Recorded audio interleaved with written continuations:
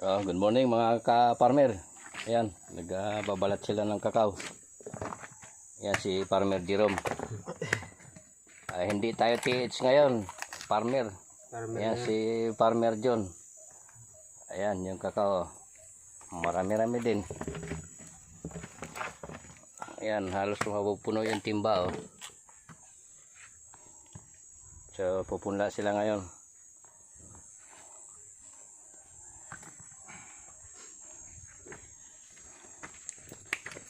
Si Farmer John saka si magka-partner Farmer Jerome. Walang yan. Ayan, si Farmer Benedict. Ito.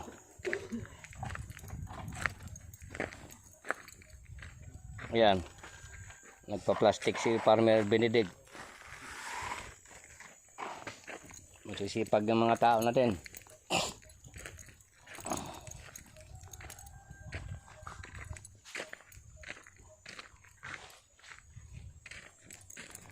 Si Farmer Lai namulot ng kasoy habang nag-iipon ng tubig, namumulot ng kasoy si Farmer Lai. Ayan na yung ating kasoy, 5 balde na yan, isang sako na yun, bimig. At meron na ulit tayong panibagong bilad doon. Ayan.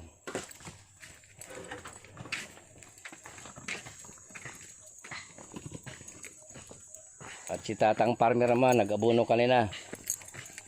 Inabunuhan na natin yung medyo malalaki na kape. Ayan. Ayan Ayan, namuti. So inabunuhan muna natin ang complete. Ayan ang inabunuhan kanina ni Tatang Farmer. Ayan.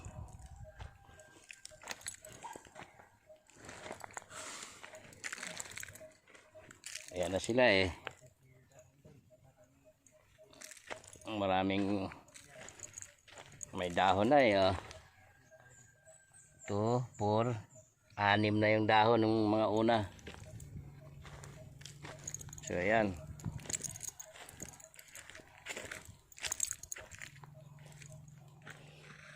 Nag-abuno na kanina si Tatang Farmer dito.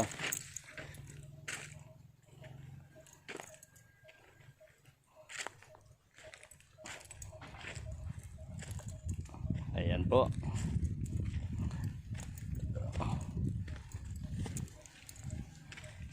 So hindi biro yung kape, marami na tayong naitanim. Ayan. Ayan.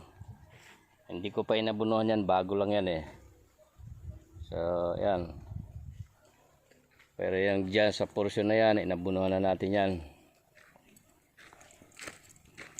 Hindi biro yung kape natin, 50,000. Mamaya tingnan natin yung nasa punlaan.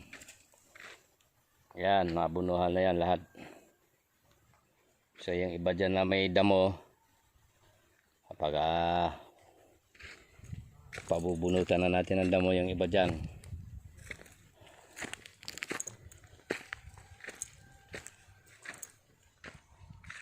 Yan. Ito na yung mga naabunuhan natin. Yan kita naman namuti. Complete yan.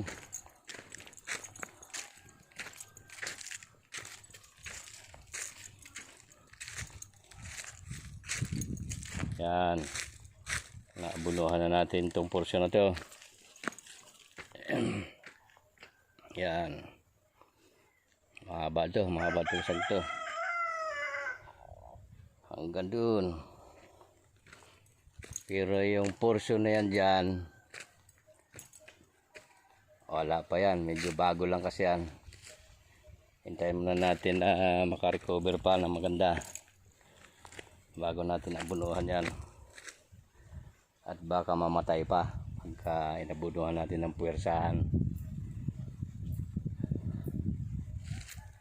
So yan, wala pang abuno tong porsyon na to. Yan, marami tong dito.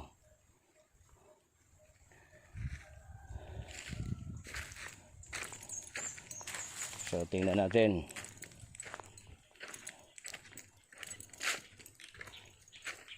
So may tanim natin na yan, mahigit 50,000 na yung may tanim natin dyan na kape.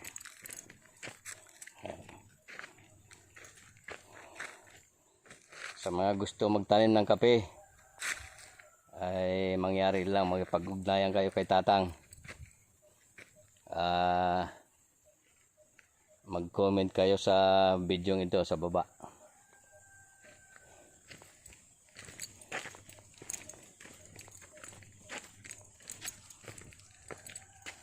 So tingnan natin yung punla.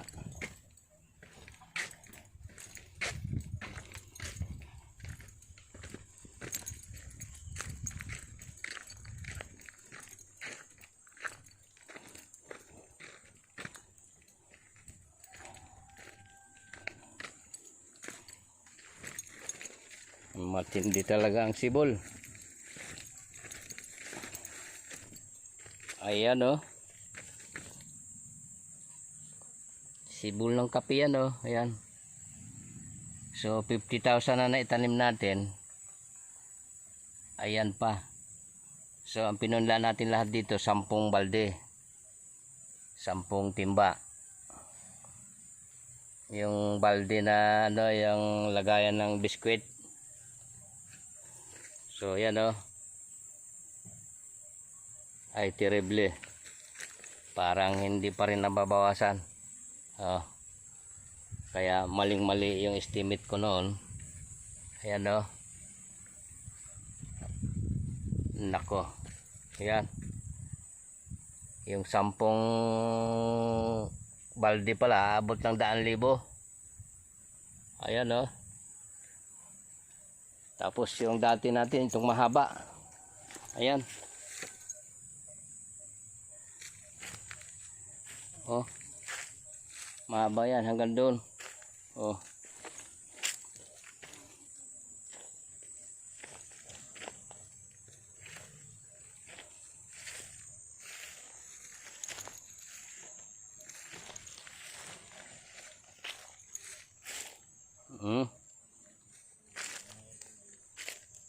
Hanggang doon pa. So terrible ang sibol. Itong natitirang ito, baka may 50,000 pa ito. 100,000 pala. At yung dito pa, yung kauna-unahan, yung dati oh. Ayan oh. Naninibol pa rin. Yung una to, yung dati. Ayan, pagamasa na lang yan pagka ano. Tapos meron pa tayong ipunlang mahogani. Siguro yung mahogani, mga ano yan, mga 20 mil.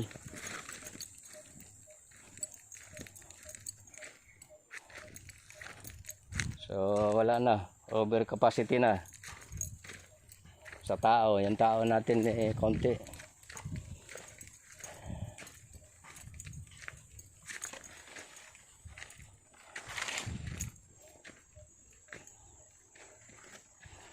Ayan, ang gaganda ng dwarf oh.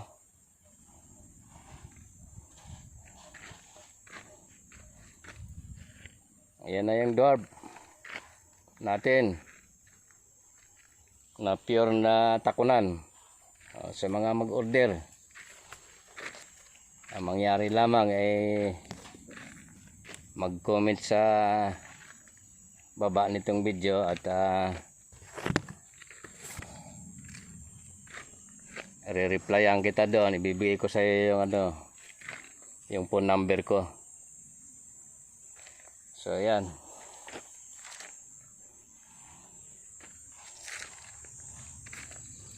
At meron din tayo dyan na ano, yung hindi dwarf, yung tall variety. Ayan. Marami din tayong tall variety dyan. Yung iba, lampas tao na yung iba dyan. Yan, kagandahan na pananim nito sa tag-ulan. Yan.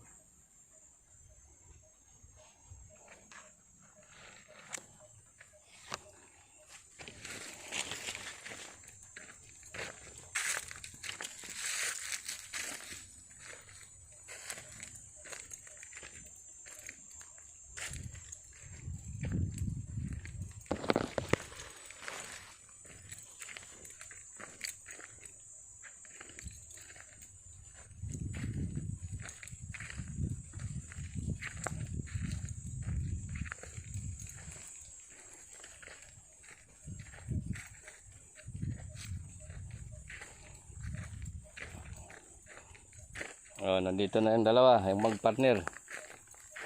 Si Farmer John saka si Farmer Jerome. Ayan na. Oh, ganyan yung pagpunla ng kakao. Tuturuan kayo nila. Ayan. Marunong na ito mga ito. Ayan. Pagkatapos yan, lalagyan nila ng takip. So, ganyan lang oh.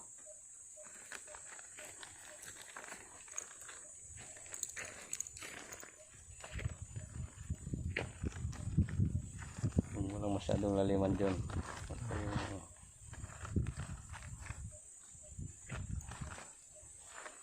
Kaya nilang ano.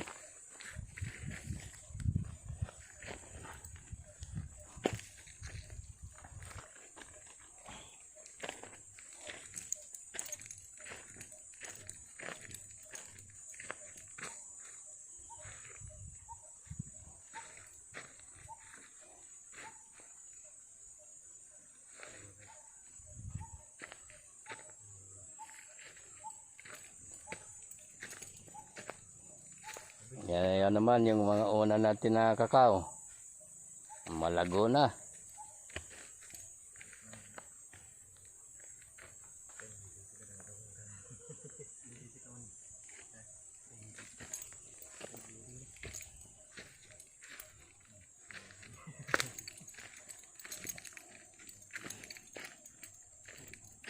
Yan, malago na yung ating kakao na una.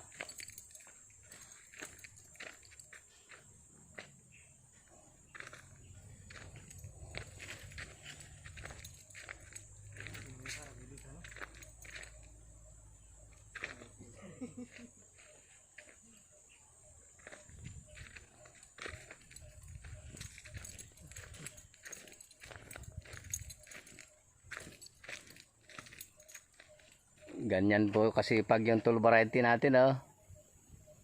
Tall variety yan pero tingnan nyo medyo mababa lang. Oh. Hitik sa bunga. Yung ating tall variety very prolific po yan. Hindi yan kagaya ng ibang tall variety na tamad mamunga.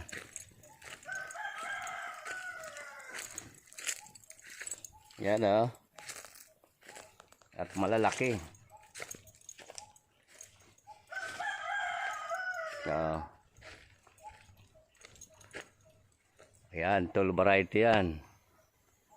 Oh.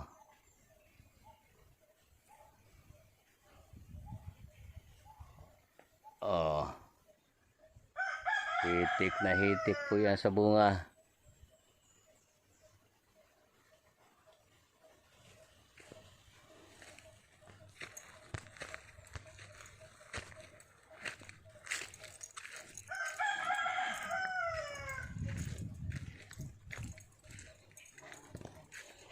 Sige mga ka-farmer, ayun eh, konting update lang dito sa pangyari sa farm. Maraming salamat.